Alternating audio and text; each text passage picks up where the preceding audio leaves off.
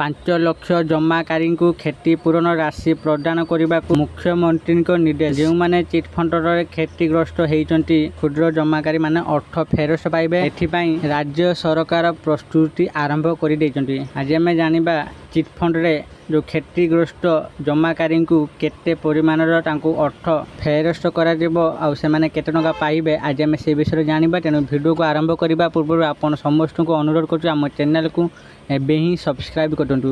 ଚାଲନ୍ତୁ ଡେରି ନ କରିକି ଭିଡ଼ିଓକୁ ଆରମ୍ଭ କରିବା ଏବେ। ଚିଟ୍ଫଣ୍ଡ କ୍ଷତିଗ୍ରସ୍ତ କ୍ଷୁଦ୍ର ଜମାକାରୀମାନେ ଅର୍ଥ ଫେରସ୍ତ ପାଇବେ। ଏଥିପାଇଁ ରାଜ୍ୟ ସରକାର ପ୍ରସ୍ତୁତି ଆରମ୍ଭ କରିଦେଇଛନ୍ତି। ଚିଟ୍ଫଣ୍ଡ କ୍ଷତିଗ୍ରସ୍ତ କ୍ଷୁଦ୍ର ଜମାକାରୀଙ୍କୁ ଅର୍ଥ ଫେରସ୍ତ ପାଇଁ ମୋହନ ସରକାର ପ୍ରକ୍ରିୟା ଆରମ୍ଭ କରିଥିବା ଜଣାପଡ଼ିଛି।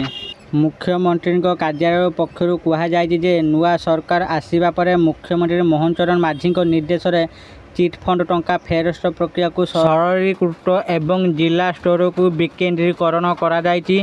ଏତଦ୍ୱାରା ଟଙ୍କା ଫେରସ୍ତ ପ୍ରକ୍ରିୟାକୁ ତ୍ୱରାନ୍ୱିତ କରାଯାଇ ଗତ 1 ବର୍ଷ ମଧ୍ୟରେ ରାଜ୍ୟ ସରକାର 126,137 ଜଣ କ୍ଷୁଦ୍ର ଜମାକାରୀଙ୍କୁ 47.7 କୋଟି ଟଙ୍କା ଫେରସ୍ତ କରିସାରିଛନ୍ତି। ଆସନ୍ତା 3 ରୁ 4 ମାସ ମଧ୍ୟରେ ଆଉ 5 ଲକ୍ଷ କ୍ଷୁଦ୍ର ଜମାକାରୀଙ୍କୁ ଅର୍ଥ ଫେରସ୍ତ କରିବା ପାଇଁ ମୁଖ୍ୟମନ୍ତ୍ରୀ ଶ୍ରୀ ମାଝୀ ନିର୍ଦ୍ଦେଶ ଦେଇଛନ୍ତି। ଏଠାରେ ସୂଚାଇ ଦିଆଯାଇପାରେ ଯେ 2014 ରୁ 2024 ମସିହା ମଧ୍ୟରେ ଦୀର୍ଘ 10 ବର୍ଷ ମଧ୍ୟରେ କେବଳ 2,79,109 ଜଣ କ୍ଷୁଦ୍ର ଜମାକାରୀଙ୍କୁ ମାତ୍ର 119 କୋଟି ଟଙ୍କା ଫେରସ୍ତ କରାଯାଇଥିଲା।